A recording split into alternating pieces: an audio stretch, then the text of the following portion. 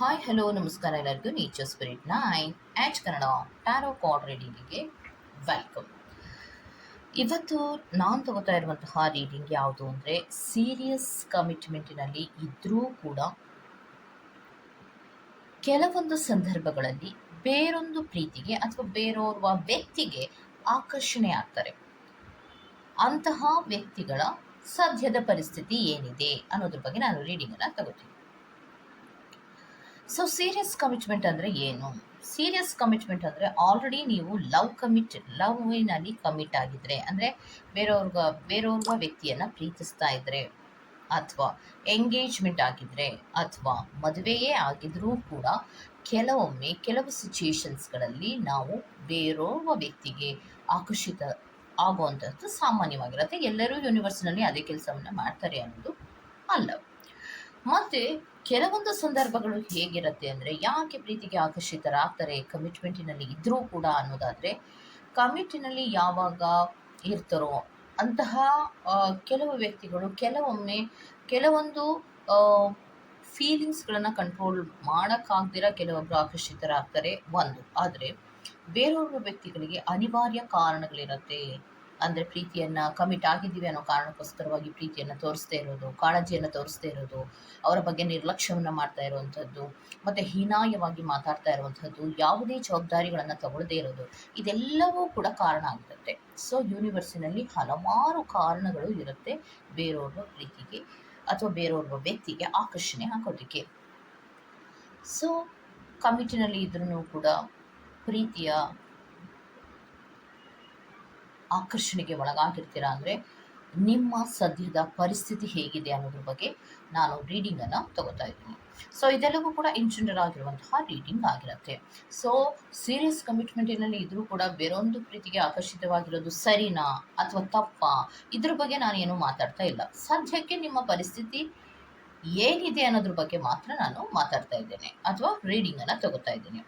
Okay, ಇದನ್ನು ತಗೊಳ್ಳೋದಕ್ಕೆ ಮುಂಚಿತವಾಗಿ ಪ್ಲೀಸ್ ಸೆಲೆಕ್ಟ್ ಯುವ ಆಪ್ಷನ್. ನಿಮ್ಮ ಎದುರುಗಡೆ ಆಪ್ಷನ್ ಕಾಣಿಸ್ತದೆ ಅಲ್ವಾ? ರೆಡ್ ಕಲರ್ ಆ್ಯಪಲ್ ಅನ್ನು ಸೆಲೆಕ್ಟ್ ಮಾಡ್ಕೊಂಡ್ರೆ ಪ್ಯಾಲ್ ನಂಬರ್ 1, ಬ್ಲ್ಯಾಕ್ ಕಲರ್ ಆ್ಯಪಲ್ ಅನ್ನು ಸೆಲೆಕ್ಟ್ ಮಾಡ್ಕೊಂಡ್ರೆ ಪ್ಯಾಲ್ ನಂಬರ್ 2 ಆಗಿರುತ್ತೆ. ಆಯ್ಕೆಯನ್ನು ಮಾಡ್ಕೊಳ್ಬೇಕು, ಬಹಳ ಕಾನ್ಸಂಟ್ರೇಷನ್ ಇಂದ ಆಯ್ಕೆಯನ್ನು ಮಾಡ್ಕೊಳ್ಳಿ. ಈ ಎರಡು ಆ್ಯಪಲ್ಗಳಲ್ಲಿ ಯಾವುದು ನಿಮಗೆ ತುಂಬ ಅಟ್ರಾಕ್ಟ್ ಆಗುತ್ತೋ ಅಥವಾ ಯಾವ ಕಲರಿನ ಆ್ಯಪಲ್ ನಿಮಗೆ ತುಂಬ ಅಟ್ರಾಕ್ಟ್ ಆಗುತ್ತೋ ಆ ಕಲರಿನ ಆ್ಯಪಲನ್ನು ಸೆಲೆಕ್ಟ್ ಮಾಡ್ಕೊಳ್ಳೋದ್ರ ಮೂಲಕ ಸೀರಿಯಸ್ ಕಮಿಟ್ಮೆಂಟಿನಲ್ಲಿ ಇದ್ರೂ ಕೂಡ ಬೇರೊಂದು ಪ್ರೀತಿಗೆ ಆಕರ್ಷಣೆ ಆಗಿರ್ತೀರಾ. ಆದರೆ ಸದ್ಯಕ್ಕೆ ನಿಮ್ಮ ಪರಿಸ್ಥಿತಿ ಹೇಗಿದೆ ಅನ್ನೋದ್ರ ಬಗ್ಗೆ ನಾವು ತಗೋತಾ ಹೋಗೋಣ. ಓಕೆ, ಇದೆಲ್ಲವೂ ಕೂಡ ಇನ್ ಜನರಲ್ ಆಗಿರುವಂತಹ ರೀಡಿಂಗ್ ಆಗಿರೋದ್ರಿಂದ ನಿಮಗೆ ರೆಸೋನೇಟ್ ಆದರೆ ಮಾತ್ರ ತಗೊಳ್ಳಿ. ಹಾಗೆಯೇ ಸ್ಕ್ರೀನ್ ಮೇಲೆ ಕಾಣ್ತಾ ಇರುವಂತಹ ಒಂದು ನಂಬರ್, ಅದು ಪರ್ಸನಲ್ ರೀಡಿಂಗಿನ ನಂಬರ್ ಆಗಿರುತ್ತೆ. ಯಾರಿಗೆಲ್ಲ ಪರ್ಸನಲ್ ರೀಡಿಂಗಿನ ಅವಶ್ಯಕತೆ ಇದೆಯೋ ಅವರೆಲ್ಲರೂ ಕೂಡ ವಾಟ್ಸಪ್ ಮೆಸೇಜನ್ನು ಮಾಡೋದ್ರ ಮೂಲಕ ಪೇ ಮಾಡಿ ನಿಮ್ಮ ರೀಡಿಂಗ್ಸ್ಗಳನ್ನು ನೀವು ತಗೋಬೋದಾಗಿರುತ್ತೆ. ಓಕೆ, ಆಯ್ಕೆ ಆಯ್ತಲ್ವಾ? ಓಕೆ, ಸೊ ಹಾಗೆ ಡಿಸ್ಕ್ರಿಪ್ಷನ್ ಬಾಕ್ಸ್ನಲ್ಲಿ ಪ್ರತಿ ಫೈಲ್ನ ಟೈಮಿಂಗ್ಸನ್ನು ಕ್ಲಿಯರ್ ಆಗಿ ಮೆನ್ಷನ್ ಮಾಡಿರ್ತೀನಿ. ನೀವು ಯಾವ ಫೈಲನ್ನು ಸೆಲೆಕ್ಟ್ ಮಾಡ್ಕೊಂಡಿರ್ತೀರೋ ಆ ಫೈಲ್ನ ಟೈಮಿಂಗ್ಸನ್ನು ನೋಡಿ ಸ್ಕಿಪ್ ಆಗಿ ನಿಮ್ಮ ರೀಡಿಂಗ್ಸ್ಗಳನ್ನು ನೀವು ತಗೋಬೋದಾಗಿರುತ್ತೆ. ಓಕೆ, ರೀಡಿಂಗನ್ನು ಶುರು ಮಾಡೋಣ. Okay, let start. Okay, so ಯಾರೆಲ್ಲ ಫೈಲ್ ನಂಬರ್ 1 ಸೆಲೆಕ್ಟನ್ನು ಮಾಡ್ಕೊಂಡಿದ್ದೀರೋ, ಸೊ ನಿಮಗೆ ಬರ್ತಾ ಇರುವಂತಹ ರೀಡಿಂಗ್ ಯಾವುದು?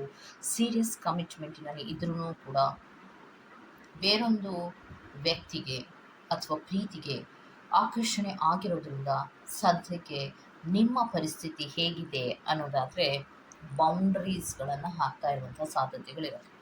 ಸೊ ಈ ಪ್ರೀತಿಗೆ ಆಕರ್ಷಣೆ ಆದಮೇಲೆ ನಿಮಗೊಂದು ಬೌಂಡರೀಸ್ಗಳು ಸೃಷ್ಟಿಯಾಗಿದೆ ಅನ್ನುವಂಥದ್ದನ್ನು ರೆಪ್ರೆಸೆಂಟ್ ಮಾಡ್ತದೆ. ಮತ್ತು ಡಿಫೆನ್ಸಿವ್ ಆಗಿ ವರ್ತಿಸ್ತಾ ಇದ್ದಾರೆ. ನೀವು ಯಾರನ್ನ ಅಥವಾ ಯಾರ ಪ್ರೀತಿಯನ್ನು ಆಕರ್ಷಣೆಯಾಗಿ ಹೋದ್ರೋ ಅಥವಾ ಆಕರ್ಷಣೆಗೆ ಒಳಗಾಗಿದ್ರೋ ಆ ವ್ಯಕ್ತಿ ನಿಮಗೆ ತುಂಬ ಬೌಂಡ್ರೀಸನ್ನು ಹಾಕೋದಿರ್ಬೋದು, ನಂಬಲ್ಲ ಅನ್ನುವಂತಹ ರೀತಿಯಲ್ಲಿ ಮಾತಾಡೋದಿರಬಹುದು, ಅಥವಾ ಒಂದು ವರ್ಸ್ಟ್ ಆಗಿ ಡಿಫೆನ್ಸಿವ್ ಆಗಿ ವರ್ತಿಸುವಂತಹ ರೀತಿ ಇರಬಹುದು. ಇದೆಲ್ಲವನ್ನು ನೀವು ಫೇಸ್ ಮಾಡ್ತಾ ಇರುವಂತಹ ಪರಿಸ್ಥಿತಿಯಲ್ಲಿದ್ದೀರಾ ಅನ್ನುವಂಥದ್ದನ್ನು ರೆಪ್ರೆಸೆಂಟ್ ಮಾಡ್ತದೆ. ಮತ್ತು ಇನ್ನೊಂದೇನು ಅಂದರೆ, ಸೊ ನೀವು ಏನು ನಂಬಿ ನೀವು ಯಾವುದಕ್ಕೋಸ್ಕರ ನೀವು ಆ ಪ್ರೀತಿಗೆ ಆಕರ್ಷಣೆ ಆಗಿದ್ರೋ ಆ ಒಂದು ನಂಬಿಕೆಗಳೆಲ್ಲವೂ ಕೂಡ ಸುಳ್ಳು ಆಗ್ತಾ ಇರುವಂತಹ ಪರಿಸ್ಥಿತಿಯಲ್ಲಿ ನೀವಿದ್ದೀರಾ ಅನ್ನೋಂಥದ್ದನ್ನು ರೆಪ್ರೆಸೆಂಟ್ ಮಾಡ್ತಾ ಇದೆ. ಸೊ ನೆಗೆಟಿವಿಟಿ ಥಾಟ್ಸ್ಗಳು ನಿಮ್ಮಲ್ಲಿ ಬರ್ತಾ ಇರುವಂತಹ ಸಾಧ್ಯತೆಗಳಿರುತ್ತೆ. ಯಾಕಂದರೆ ಮೇಲಿಂದ ಮೇಲೆ ಆ ವ್ಯಕ್ತಿ ಸಿಟ್ಟನ್ನು ಮಾಡ್ಕೊಳ್ಳೋದಿರ್ಬೋದು, ಅಥವಾ ಕೆಟ್ಟದಾಗಿ ಮಾತಾಡುವಂತಹ ರೀತಿ ಇರಬಹುದು, ಮತ್ತು ಅವರದ್ದಾದಂತಹ ರೀತಿಯಲ್ಲಿ ಆಲೋಚನೆಗಳನ್ನು ಮಾಡಿ ನಿಮ್ಮ ಜೊತೆ ಮಾತಾಡೋದಿರ್ಬೋದು. ಇದೆಲ್ಲವೂ ಕೂಡ ತುಂಬ ಹರ್ಟ್ ಆಗುವಂತಹ ಪರಿಸ್ಥಿತಿಯಲ್ಲಿ ನೀವಿರ್ತೀರಾ. ಏನೇ ಫ್ರೀಡಮ್ ಬೇಕು ಅಂದ್ರೂ ಕೂಡ ಸದ್ಯಕ್ಕಂತೂ ನಿಮಗೆ ಯಾವುದೇ ಫ್ರೀಡಮ್ ಇಲ್ಲದ ಪರಿಸ್ಥಿತಿಯಲ್ಲಿ ನೀವಿದ್ದೀರಾ ಅನ್ನುವಂಥದ್ದನ್ನು ರೆಪ್ರೆಸೆಂಟ್ ಮಾಡ್ತಾ ಇದೆ. ಸೊ ಪ್ರೀತಿಯನ್ನು ಶುರು ಮಾಡೋದಕ್ಕೆ ಮುಂಚಿತವಾಗಿ ಯಾವ ಆಲೋಚನೆಗಳನ್ನು ಕೂಡ ನೀವು ಮಾಡಲಿಲ್ಲ. ಸದ್ಯಕ್ಕೆ ನನಗೆ ಪ್ರೀತಿ ಕಡಿಮೆ ಇದೆ, ನನ್ನ ಬಗ್ಗೆ ಯಾರು ಕೂಡ ಗಮನ ಹರಿಸೋದಿಲ್ಲ, ನನ್ನ ಬಗ್ಗೆ ತುಂಬ ನಿರ್ಲಕ್ಷ್ಯವನ್ನು ಮಾಡ್ತಾರೆ ಅನ್ನುವಂತಹ ಕಾರಣಕ್ಕೋಸ್ಕರವಾಗಿ ಹಿಂದೆ ಮುಂದೆ ಏನನ್ನೂ ಕೂಡ ಯೋಚನೆಯನ್ನು ಮಾಡದೆ ನೀವು ಈ ಪ್ರೀತಿಗೆ ಎಂಟ್ರಿ ಆಗಿರುವಂತಹ ಸಾಧ್ಯತೆಗಳು ಇರುತ್ತೆ. ಯಾಕೆ ಅನ್ನೋದಾದರೆ, ಸೊ ಈ ಪ್ರೀತಿಯಲ್ಲಿ ನೀವು ಮಾತಿಗೆ ಮರಳಾಗಿರುವಂತಹದ್ದು ಜಾಸ್ತಿಯನ್ನು ರೆಪ್ರೆಸೆಂಟ್ ಮಾಡ್ತಾ ಇದೆ. ಸೊ ಮಾತಿಗೆ ಮರಳಾಗುವಂಥದ್ದು ಇರ್ಬೋದು. ಪ್ರೀತಿಯಲ್ಲಿ ಹಲವಾರು ಆಕಾಂಕ್ಷೆಗಳನ್ನು ತೋರಿಸಿದಾಗ ನೀವು ಇದ್ದಂತಹ ಸೀರಿಯಸ್ ಕಮಿಟ್ಮೆಂಟನ್ನು ಮರೆತು ನಾನು ಮುಂದೆ ಚೆನ್ನಾಗಿರಬಹುದೇನೋ ಅನ್ನುವಂತಹ ಒಂದು ನಂಬಿಕೆಯ ಮೇರೆಗೆ ನೀವು ಹೆಜ್ಜೆಗಳನ್ನು ಇಟ್ಟಿದ್ದಿರ್ಬೋದು. ಇದೆಲ್ಲವೂ ಕೂಡ ನಿಮಗೆ ಸದ್ಯಕ್ಕೆ ತೊಂದರೆಗಳನ್ನು ಮೂಡಿಸ್ತಾ ಇದೆ ಅನ್ನುವಂಥದ್ದನ್ನು ರೆಪ್ರೆಸೆಂಟ್ ಮಾಡ್ತಾ ಇದೆ. ಸೊ ಪ್ರೀತಿಯ ವಿಚಾರದಲ್ಲಿ ಏನನ್ನ ಬೇಕು ಅಂತ ಹರಿಸಿ ಬಂದಿದ್ರೋ ಅದು ಯಾವುದು ಕೂಡ ನಿಮಗೆ ಸಿಗ್ತಾ ಇಲ್ಲ ಅನ್ನುವಂಥದ್ದನ್ನು ಕೂಡ ರೆಪ್ರೆಸೆಂಟ್ ಮಾಡ್ತಾ ಇದೆ. ಸೊ ಪ್ರೀತಿ ವಿಚಾರದಲ್ಲಿ ನಿಮ್ಮ ಪರ್ಸನ್ ನಿಮಗೆ ಒಂದು ಡಿಸ್ಹಾನೆಸ್ಟಿಯನ್ನು ರೆಪ್ರೆಸೆಂಟ್ ಮಾಡ್ತಾ ಇರುವಂಥದ್ದು ಈಸಿಯಾಗಿ ಗೊತ್ತಾಗ್ತಾ ಇದೆ. ಯಾಕೆ ಅಂದರೆ ಫ್ರಾಡನ್ನು ರೆಪ್ರೆಸೆಂಟ್ ಮಾಡ್ತಾ ಇದೆ, ಟ್ರಿಗರಿಯನ್ನು ರೆಪ್ರೆಸೆಂಟ್ ಮಾಡ್ತಾ ಇದೆ. ಆಲೋಚನೆಗಳನ್ನು ಮಾಡುವಂತಹ ರೀತಿ ಬಹಳಷ್ಟು ವಿಭಿನ್ನವಾಗಿದೆ ಮತ್ತು ವಿಚಿತ್ರವಾದಂತಹ ರೀತಿಯಲ್ಲಿ ಇರೋದರಿಂದ ನಿಮಗೆ ಒಂದು ರೀತಿಯ ನೋವುಗಳಾಗ್ತಾ ಇರೋದ್ರ ಜೊತೆಗೆ ಏನು ಕೆಲಸವನ್ನು ಮಾಡಿಬಿಟ್ಟಪ್ಪ, ಯಾಕೆ ಬೇಕಾಗಿತ್ತು ನನಗೆ, ಈ ಕಡೆಗೆ ಸ್ವತಂತ್ರವನ್ನು ಕಳ್ಕೊಂಡೆ, ನೆಮ್ಮದಿಯನ್ನು ಕಳ್ಕೊಂಡೆ, ಆ ಕಡೆಗೂ ಇಲ್ಲ ಈ ಕಡೆಗೂ ಇಲ್ಲದ ಪರಿಸ್ಥಿತಿಗೆ ನಾನು ಬಂದಿದ್ದೇನಲ್ಲ ಅನ್ನುವಂತಹ ಆಲೋಚನೆಗಳು ನಿಮ್ಮಲ್ಲಿ ಮೂಡುವಂತಹ ಸಾಧ್ಯತೆಗಳು ತುಂಬ ಜಾಸ್ತಿ ಇರುತ್ತೆ. ಮತ್ತಿನ್ನೊಂದೇನು ಅಂದರೆ ಪರಿಸ್ಥಿತಿಗಳು ಒಂದು ರೀತಿಯಲ್ಲಿ ಜಗ್ಲಿಂಗನ್ನು ರೆಪ್ರೆಸೆಂಟ್ ಮಾಡ್ತಾ ಇದೆ. ತೀರಾ ಹಿಂದೆ ಇರುವಂತಹ ಕಮಿಟ್ಮೆಂಟನ್ನು ಬಿಟ್ಟು ಹೋಗೋಕ್ಕೂ ಆಗೋದಿಲ್ಲ. ಮುಂದಿರುವಂತಹ ಕಮಿಟ್ಮೆಂಟ್ ಅಂದರೆ ನೀವೇ ಆಯ್ಕೆ ಮಾಡಿಕೊಂಡಂತಹ ಒಂದು ಪ್ರೀತಿಯನ್ನು ನಂಬಿ ಮುಂದಕ್ಕೆ ಹೋಗೋಕ್ಕೂ ಆಗಲ್ಲ, ಇಲ್ಲೂ ಇರೋಕ್ಕಾಗಲ್ಲ ಅಲ್ಲೂ ಹೋಗೋಕ್ಕಾಗಲ್ಲ. ಇಂತಹ ಒಂದು ಸಂದಿಗ್ಧ ಪರಿಸ್ಥಿತಿಗಳಲ್ಲಿ ಯೂನಿವರ್ಸಿನಲ್ಲಿ ಕೆಲವೊಬ್ಬರು ಇದ್ದೀರಾ, ಈ ತರಹದ ಒದ್ದಾಟಗಳಲ್ಲಿ ನೀವಿದ್ದೀರಾ ಅನ್ನುವಂಥದ್ದನ್ನು ರೆಪ್ರೆಸೆಂಟ್ ಮಾಡ್ತಾ ಇದೆ. ಸೊ ಏನನ್ನ ಹರಸಿ ನೀವು ಹೋದ್ರೋ ಅಥವಾ ಯಾವುದನ್ನು ಬಯಸಿ ನೀವು ಒಂದು ಪ್ರೀತಿಗೆ ಆಕರ್ಷಣೆ ಆದ್ರೋ ಆ ಪ್ರೀತಿಯಲ್ಲಿ ಯಾವುದೇ ರೀತಿಯ ಸಮಾಧಾನ ಅನ್ನೋದು ಇಲ್ಲ, ಯಾವುದೇ ರೀತಿಯಲ್ಲಿ ಸ್ಟ್ಯಾಂಡನ್ನು ತಗೊಳ್ಳೋಕ್ಕೆ ಸಾಧ್ಯ ಆಗೋದಿಲ್ಲ. ಈಗ ಸೀರಿಯಸ್ ಕಮಿಟ್ಮೆಂಟ್ನಲ್ಲಿ ನೀವಿರ್ತೀರಾ. ಸೀರಿಯಸ್ ಕಮಿಟ್ಮೆಂಟಿನಲ್ಲಿ ನೀವಿದ್ದಾಗ ನಿಮಗಿರುವಂತಹ ಫ್ರೀಡಮ್ಗೂ, ನೀವು ಮಾತಾಡುವಂತಹ ರೀತಿಗೂ ಮತ್ತು ನೀವು ಬದುಕುವಂತಹ ರೀತಿಗೂ ವಿಭಿನ್ನವಾಗಿರುತ್ತೆ. ಸೀರಿಯಸ್ ಕಮಿಟ್ಮೆಂಟಿನಲ್ಲಿ ಇದ್ದರೂ ಕೂಡ ಬೇರೊಂದು ಪ್ರೀತಿಗೆ ಆಕರ್ಷಣೆ ಆದಾಗ ನಿಮ್ಮದೇ ಆದಂತಹ ಫ್ರೀಡಮನ್ನು ನೀವು ಅಲ್ಲಿ ಪಡ್ಕೊಳ್ಳೋದಕ್ಕೆ ಸಾಧ್ಯನೇ ಆಗೋದಿಲ್ಲ. ಮತ್ತು ಟ್ರಸ್ಟ್ ಇಶ್ಯೂಸ್ಗಳು ಶುರು ಆಗುತ್ತೆ. ಇನ್ನೊಂದು ಡಿಸ್ಹಾನೆಸ್ಟಿಗಳು ರೆಪ್ರೆಸೆಂಟ್ ಆಗುತ್ತೆ, ಟ್ರಿಕರಿಯನ್ನು ರೆಪ್ರೆಸೆಂಟ್ ಮಾಡುತ್ತೆ. ಸೊ ಏನು ನೀವು ಸೀರಿಯಸ್ ಕಮಿಟ್ಮೆಂಟನ್ನು ಎಷ್ಟು ಧೈರ್ಯವಾಗಿ, ಎಷ್ಟು ಮುನ್ನುಗ್ಗಿ, ಎಷ್ಟೊಂದು ಫ್ರೀಡಮ್ ಆಗಿ ಮಾತಾಡ್ತಾ ಇರ್ತೀರೋ ಆ ಯಾವುದೇ ಫ್ರೀಡಮ್ಗಳು ನೀವು ನೆಕ್ಸ್ಟ್ ಆಯ್ಕೆ ಮಾಡ್ಕೊಳ್ಳುವಂತಹ ಪ್ರೀತಿಯ ಆಕರ್ಷಣೆಗಳಲ್ಲಿ ಇರೋದಿಲ್ಲ. ಡಾಮಿನೇಷನ್ ಅಂತೂ ನೀವು ಮಾಡೋದಕ್ಕೆ ಸಾಧ್ಯವೇ ಆಗೋದಿಲ್ಲ. ನಿಮ್ಮದೇ ಆದ ಕೆಲವೊಂದು ಅಭಿಪ್ರಾಯಗಳನ್ನು ನೀವು ಹೇಳೋದಕ್ಕೆ ಅವರು ಬಿಡೋದೇ ಇಲ್ಲ. ಸೊ ಅಲ್ಲಿಗೆ ನೀವು ಏನನ್ನ ಆಕರ್ಷಣೆ ಆಗಿ ಹೋಗಿರ್ತೀರೋ ಅಲ್ಲಿ ನಿಮ್ಮದೇ ಆದಂತಹ ಬೌಂಡ್ರೀಸ್ಗಳನ್ನು ನೀವೇ ಹಾಕೋತೀರಾ. ಏನನ್ನ ಬಯಸಿ ಹೋಗ್ತಿರೋ ಅದು ನಿಮಗೆ ಸಿಕ್ಕಿರೋದಿಲ್ಲ ಅನ್ನುವಂಥದ್ದನ್ನು ರೆಪ್ರೆಸೆಂಟ್ ಮಾಡ್ತದೆ.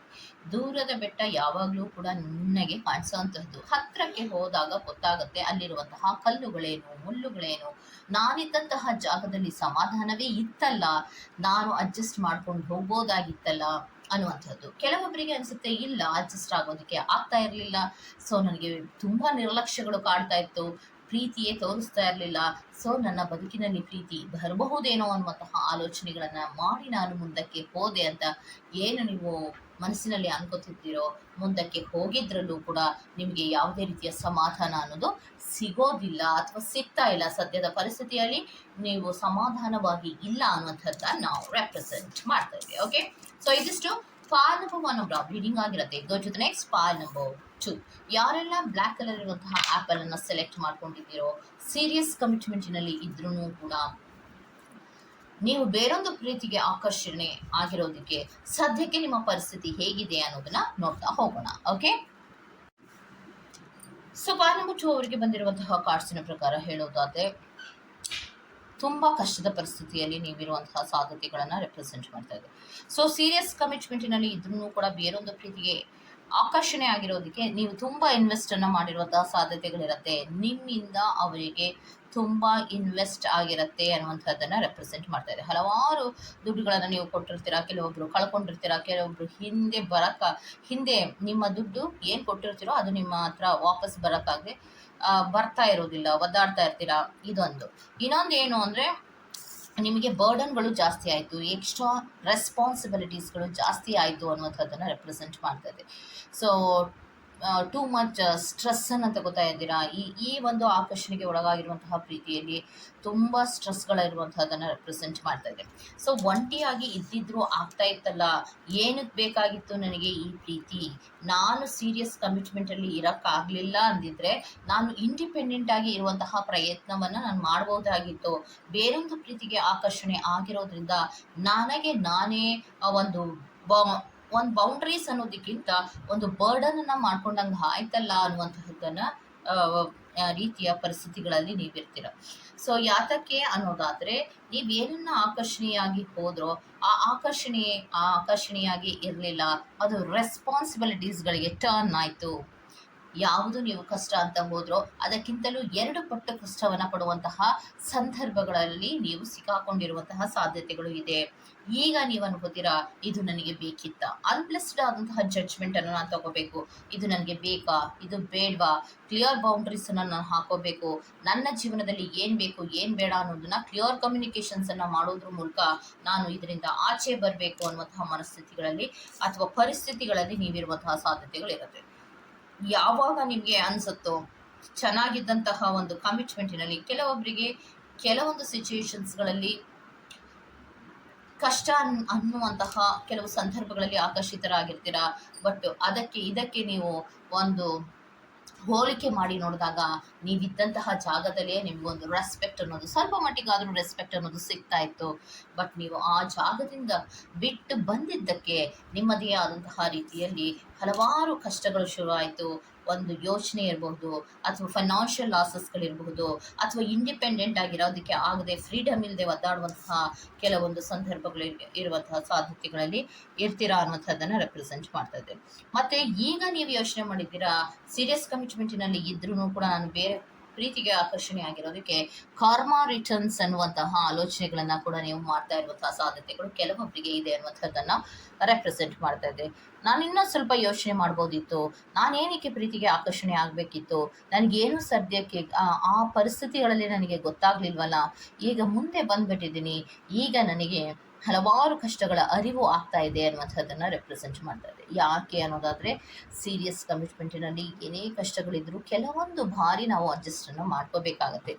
ಕೆಲವೊಂದು ಸಂದರ್ಭಗಳಲ್ಲಿ ಅಡ್ಜಸ್ಟ್ ಆಗಲಿಲ್ಲ ಅಂದರೆ ಇಂಡಿಪೆಂಡೆಂಟ್ ಆಗಿ ಕೆಲವೊಂದು ನಿರ್ಧಾರಗಳನ್ನು ಮಾಡಬೇಕಾಗತ್ತೆ. ಅದಕ್ಕೆ ಬದಲಾಗಿ ಇಲ್ಲಿ ಪ್ರೀತಿ ಸಿಗಲಿಲ್ಲ, ಇಲ್ಲಿ ನಿರ್ಲಕ್ಷ್ಯ ಆಗ್ತಾ ಇದೆ ಅಂದರೆ ಬೇರೊಂದು ಕಡೆಯಲ್ಲಿ ನಮಗೆ ಪ್ರೀತಿ ಸಿಗತ್ತೆ, ಅಲ್ಲಿ ನಿರ್ಲಕ್ಷ್ಯ ಆಗಲ್ಲ ಅನ್ನುವಂತಹ ಆಲೋಚನೆಗಳನ್ನು ಮಾಡುವಂತಹದ್ದೇ ಕೆಲವೊಮ್ಮೆ ರಾಂಗ್ ಡಿಸಿಷನ್ಸ್ ಆಗಿರುತ್ತೆ.